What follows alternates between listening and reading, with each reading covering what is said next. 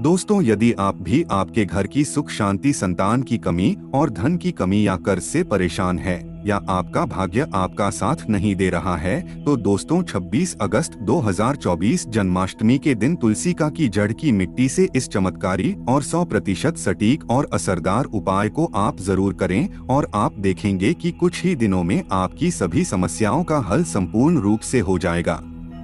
दोस्तों, कई हजार वर्षों बाद 26 अगस्त 2024 को बहुत ही दुर्लभ और दिव्य संयोग बनने जा रहा है, क्योंकि इस दिन जन्माष्टमी के पावन पर्व के साथ साथ राजयोग, अमृत सिद्धि योग और साथ ही धनलक्ष्मी जैसे कई योग बन रहे हैं और इस दिन भगवान श्री कृष्ण सबसे अधिक प्रसन्न होने वाले हैं। इसलिए दोस्तों, अगर आप भी भगवान कृष्ण से इस दिन जो भी सच्चे दिल से मांगेंगे वो मनोकामना आपकी जरूर पूरी होगी। वही दोस्तों, कृष्ण भगवान को प्रसन्न करने के लिए इस जन्माष्टमी पर तुलसी की जड़ की मिट्टी से जुड़ा यह उपाय जरूर करना चाहिए, जो कि आपकी किस्मत बदल देगा और आपको बना देगा मालामाल और धनवान। साथ ही इस एकमात्र उपाय से आपके सभी दुखों का नाश हो जाएगा। इसलिए दोस्तों, वीडियो को आखिर तक जरूर देखें। और दोस्तों, अगर आप भी अपने जीवन में भगवान श्री कृष्ण की कृपा पाना चाहते हैं तो इस वीडियो को लाइक करें, कमेंट में जय श्री कृष्ण राधे राधे लिखना ना भूलें।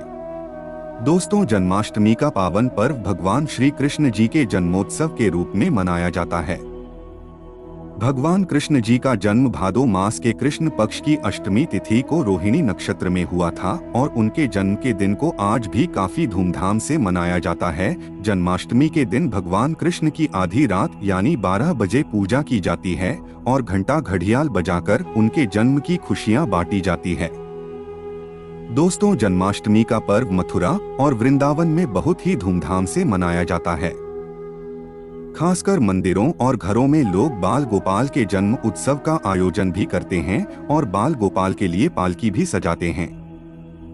ऐसी मान्यता है कि भगवान विष्णु जी ने धर्म की स्थापना करने के लिए श्री कृष्ण जी के रूप में जन्म लिया था। इस दिन व्रत धारण कर श्री कृष्ण जी का स्मरण करना अत्यंत ही फलदायी होता है। शास्त्रों में जन्माष्टमी के व्रत को व्रत का राजा कहा गया है। दोस्तों, भविष्य पुराण में इस व्रत के संदर्भ में उल्लेख है कि जिस घर में यह व्रत किया जाता है वहां अकाल मृत्यु, गर्भपात, दुर्भाग्य तथा कलह नहीं होती है। जो एक बार भी इस व्रत को करता है वो संसार के सभी सुखों को भोगकर विष्णु लोक में निवास करता है। दोस्तों, इस दिन लोग पूरा दिन व्रत उपवास रखते हैं और आपको बता दें कि जन्माष्टमी का व्रत अष्टमी तिथि से शुरू होता है और इस व्रत का पारण नवमी तिथि में ही करना चाहिए, तभी इस व्रत का पूरा फल प्राप्त होता है। इसलिए जो लोग इस व्रत को रखें उन्हें सप्तमी की रात में हल्का एवं सात्विक भोजन करना चाहिए, साथ ही ब्रह्मचर्य का पालन करना चाहिए। दोस्तों, जन्माष्टमी का व्रत कुछ लोग निर्जला रहकर भी रखते हैं तो वहीं कुछ लोग फलाहार करके भी इस व्रत को करते हैं। दोस्तों, जन्माष्टमी के दिन प्रातः काल जल्दी उठकर स्नानादि करके स्वच्छ वस्त्र धारण करें। इसके बाद पूर्व या उत्तर दिशा की ओर मुंह करके बैठ जाएं और अपने हाथ में थोड़ा सा जल, पुष्प और अक्षत ले लें और जन्माष्टमी के व्रत का संकल्प करें। इसके बाद भगवान श्री कृष्ण जी की विधिवत पूजा करें। और दोस्तों, आपको बता दें कि भगवान श्री कृष्ण जी की पूजा निशित काल यानी आधी रात में करने की परंपरा रही है और कई घरों में रात 12 बजे भगवान कृष्ण जी का जन्म भी किया जाता है।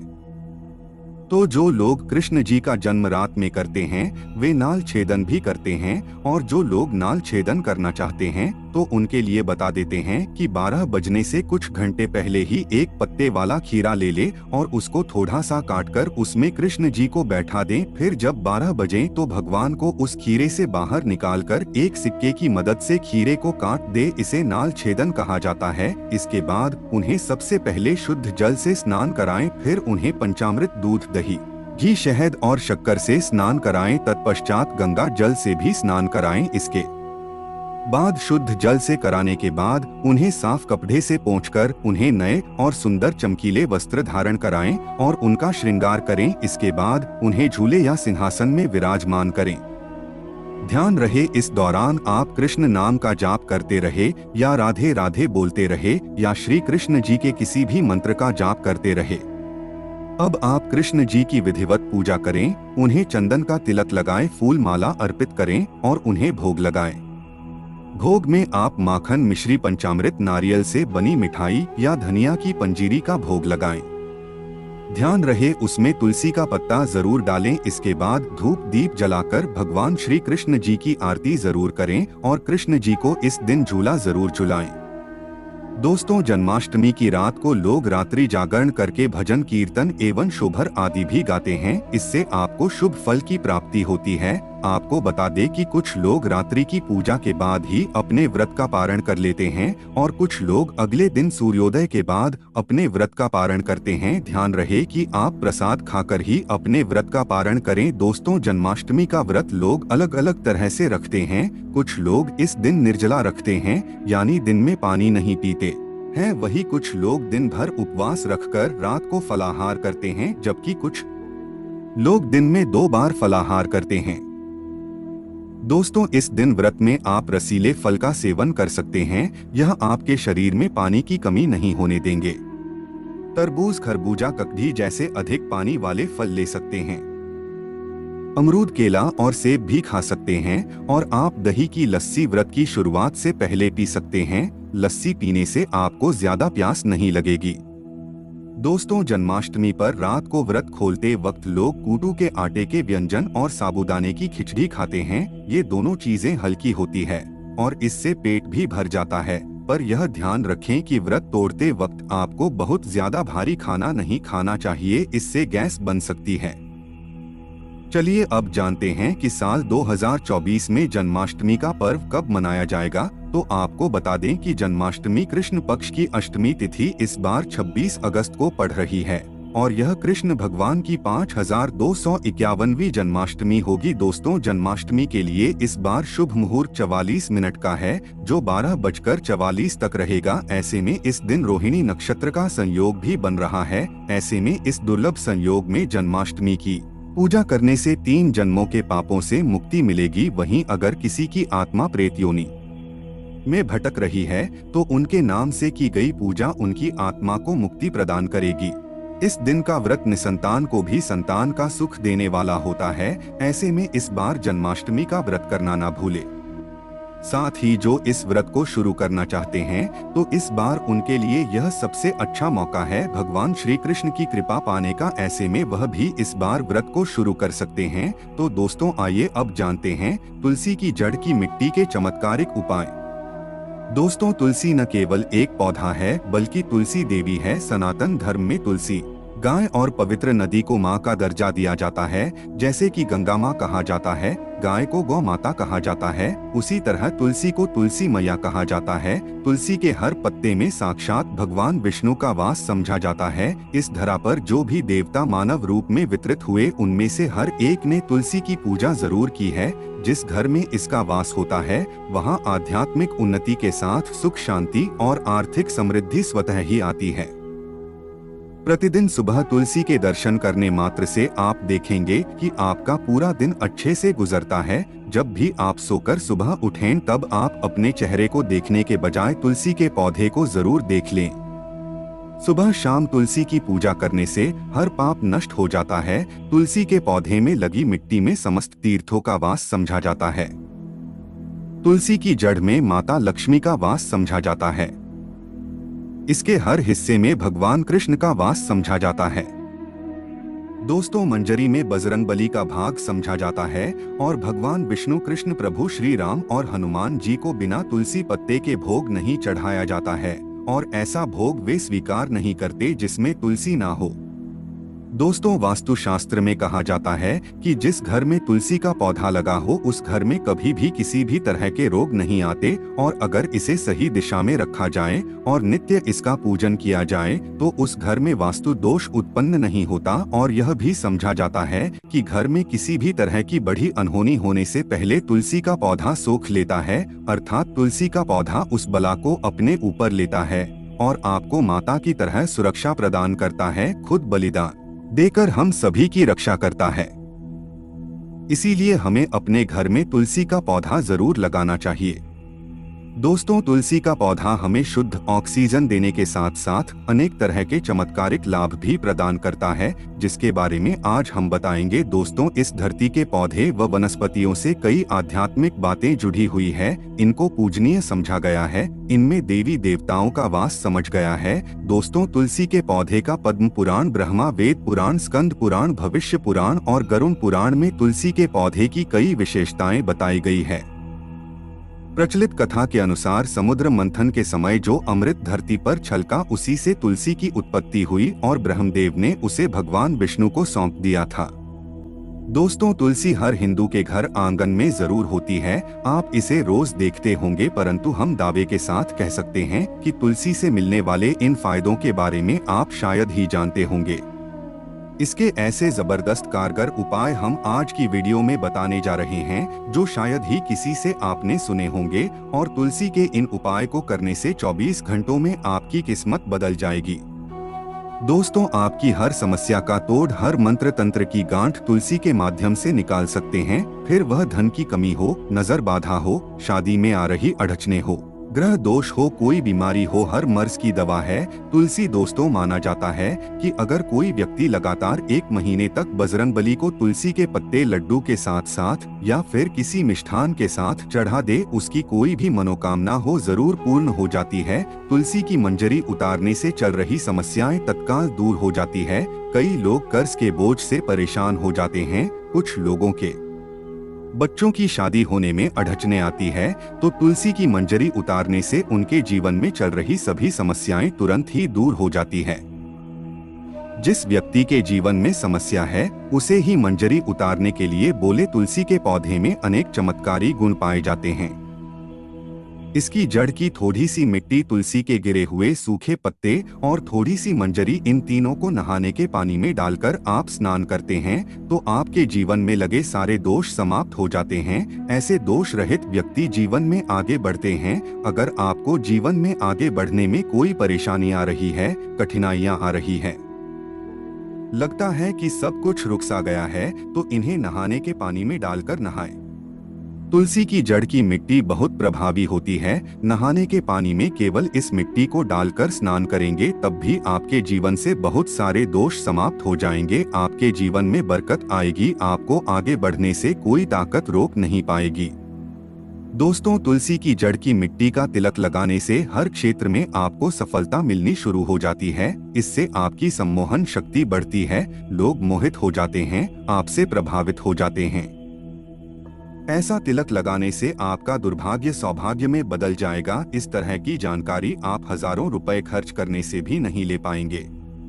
तो जो हम वीडियो में आपको बता रहे हैं, उसे ध्यान से सुनना और पूरा वीडियो जरूर देखना। आधा अधूरा ज्ञान हमेशा घातक साबित होता है। आगे इसके और भी लाभ बताएंगे, जो आपको लाखों करोड़ों का फायदा पहुंचा सकते हैं।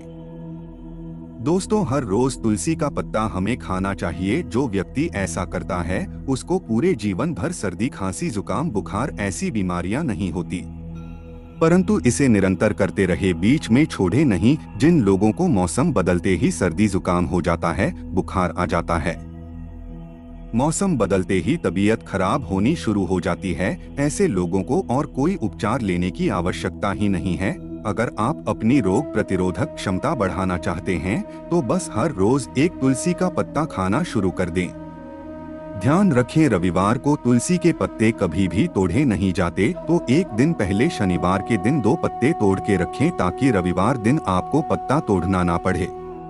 दोस्तों, वैसे अमावस्या, पूर्णिमा और एकादशी के दिन तुलसी के पत्ते नहीं तोड़े जाते, और बिना स्नान किए हुए तुलसी को तोड़कर जो मानव पूजा करता है, वह अपराधी होता है। उसकी की हुई पूजा निष्फल हो जाती है। इसका और एक चमत्कारी फायदा बताते हैं। अगर आप निर्धारित संख्या में 6 महीने तक तुलसी के पत्ते खाते हैं, निर्धारित संख्या मतलब अगर आप 4 की संख्या में खा रहे हैं, तो रोज 4 पत्ते ही खाने हैं, और अगर आप 5 की संख्या में खा रहे हैं, तो आपको रोज 5 की संख्या में ही खाने हैं, और दिन में एक बार सुबह स्नान करने के बाद, भगवान का पूजन करने के बाद, और इस पूरे काल में आपको ब्रह्मचर्य का पालन करना होगा। देखना, आपको गरिमा, महिमा, लघिमा सहित 8 तरह की सिद्धियां प्राप्त हो जाएंगी।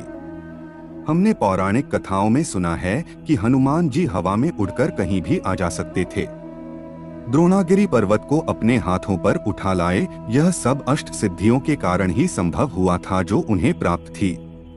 किसी भी असंभव कार्य को संभव बनाना इन सिद्धियों की मदद से हो सकता है। संसार में अनेक पुण्य आत्मा है जिन्हें कई तरह की सिद्धियां प्राप्त है। तो अगर आप निर्धारित संख्या में 6 महीने तक तुलसी दल खाते हैं तो आपको इन अष्ट सिद्धियां की प्राप्ति होगी, जिससे व्यक्ति असंभव कार्य को संभव कर सकता है।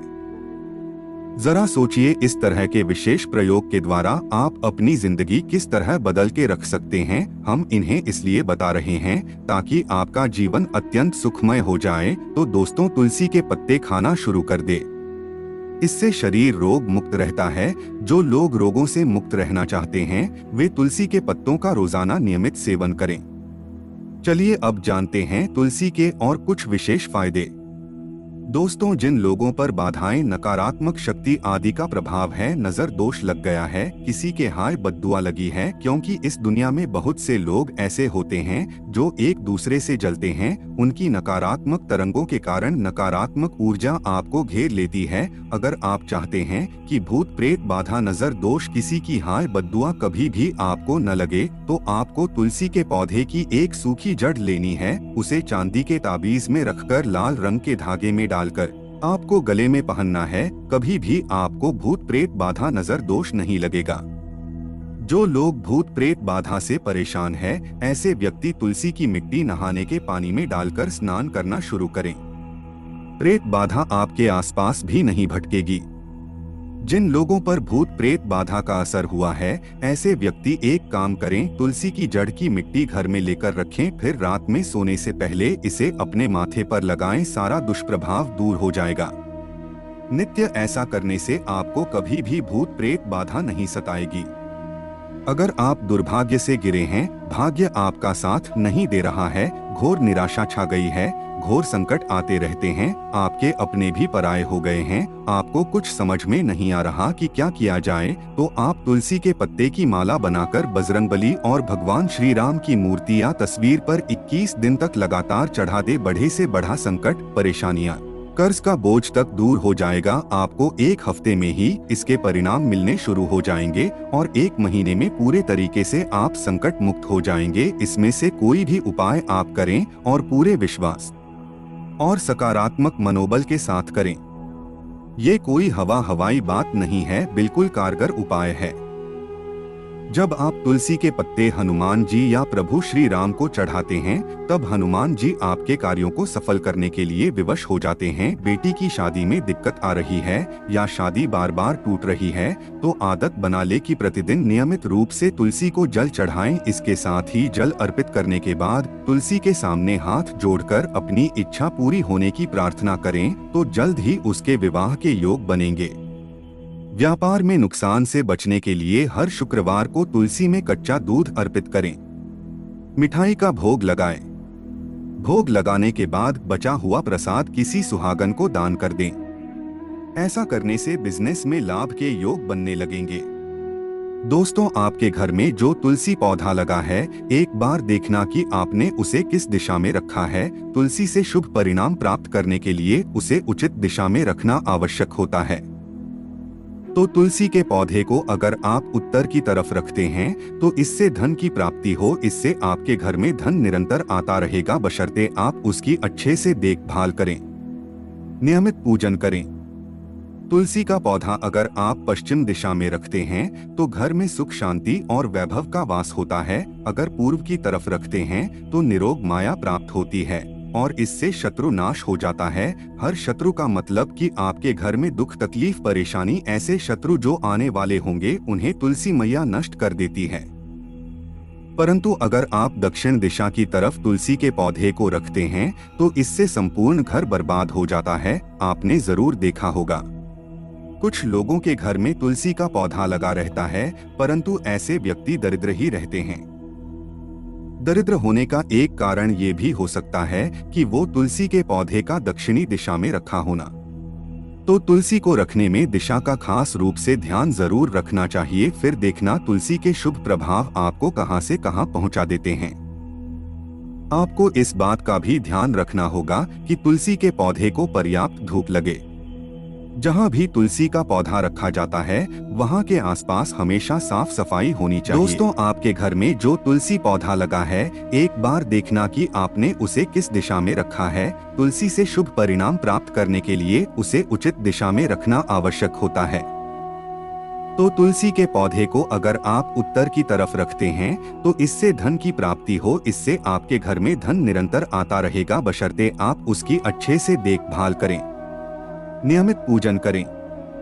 तुलसी का पौधा अगर आप पश्चिम दिशा में रखते हैं तो घर में सुख शांति और वैभव का वास होता है। अगर पूर्व की तरफ रखते हैं तो निरोग माया प्राप्त होती है और इससे शत्रु नाश हो जाता है। हर शत्रु का मतलब कि आपके घर में दुख तकलीफ परेशानी, ऐसे शत्रु जो आने वाले होंगे उन्हें तुलसी मैया नष्ट कर देती है।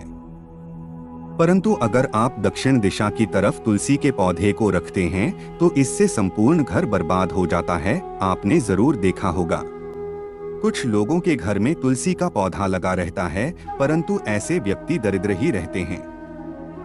दरिद्र होने का एक कारण ये भी हो सकता है कि वो तुलसी के पौधे का दक्षिणी दिशा में रखा होना।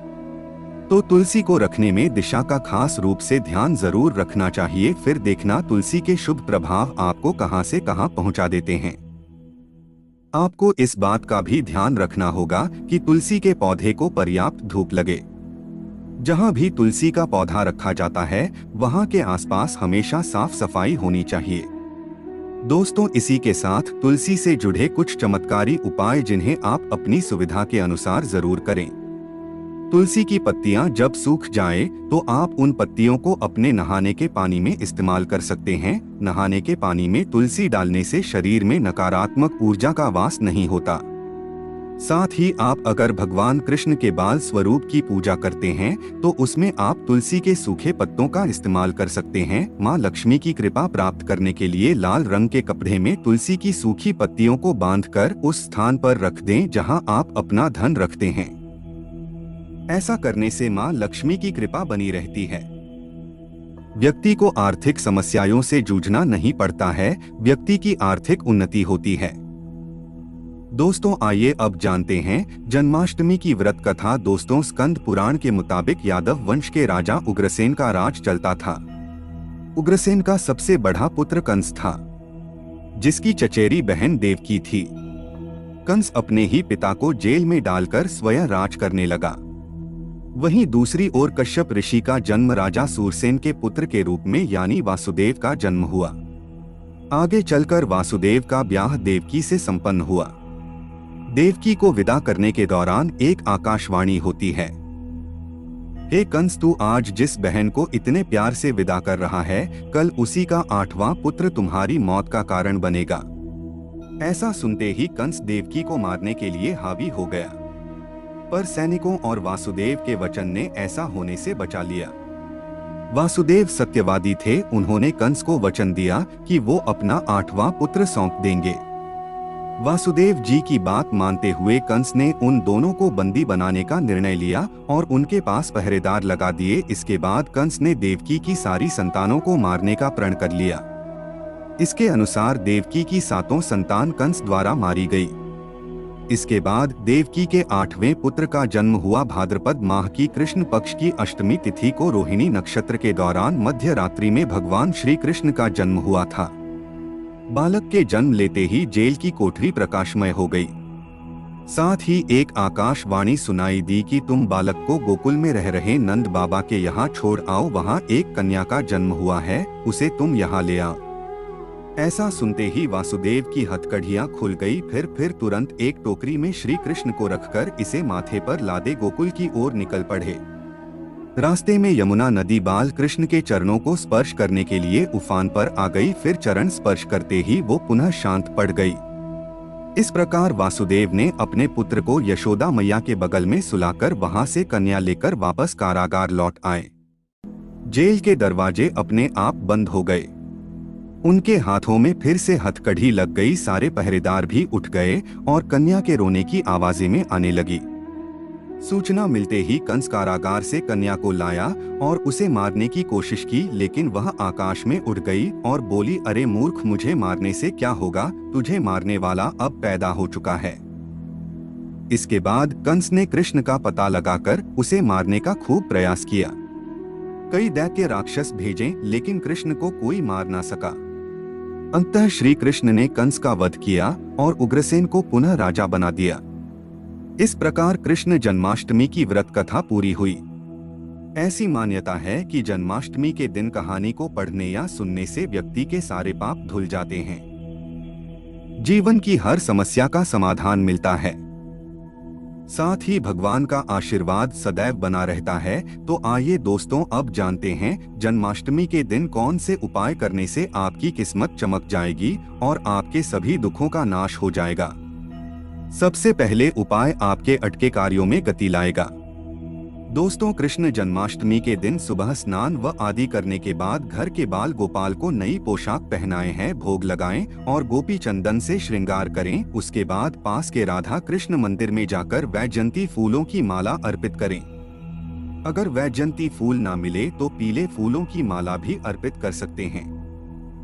ऐसा करने से भगवान कृष्ण का आशीर्वाद मिलेगा और अटके कार्यों में गति आएगी। दूसरा उपाय, और इस उपाय से आपका भाग्य मजबूत होगा। दोस्तों, जन्माष्टमी के दिन बाल गोपाल को केसर, मेवा, मिश्री, साबूदाने या खीर का तुलसी दल डालकर भोग लगाएं, लेकिन ध्यान रखिए कि खीर चीनी की जगह मिश्री की ढेली डालें। साथ ही सफेद मिठाई भी अर्पित करें। ऐसा करने से कान्हा की कृपा मिलती है और भाग्य भी मजबूत होता है। तीसरे उपाय से आपके घर में धन धान्य की कमी नहीं होगी।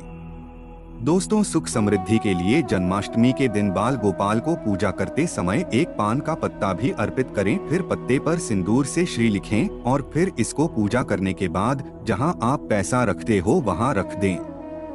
ऐसा करने से घर में धन धान्य की कमी नहीं होती और धन संबंधित समस्या दूर होती है। इस उपाय से मिलेगा शुभ समाचार। दोस्तों, निसंतान दंपति जन्माष्टमी के दिन गाय और उसके बछड़े की सेवा करें और आशीर्वाद लें। इसके साथ ही गाय और उसके बछड़े की मूर्ति भी लेकर आए और बाल गोपाल के पास मूर्ति को रखकर उनकी भी पूजा करें। ऐसा करने से भगवान कृष्ण की कृपा से जल्द शुभ समाचार सुनने को मिलता है।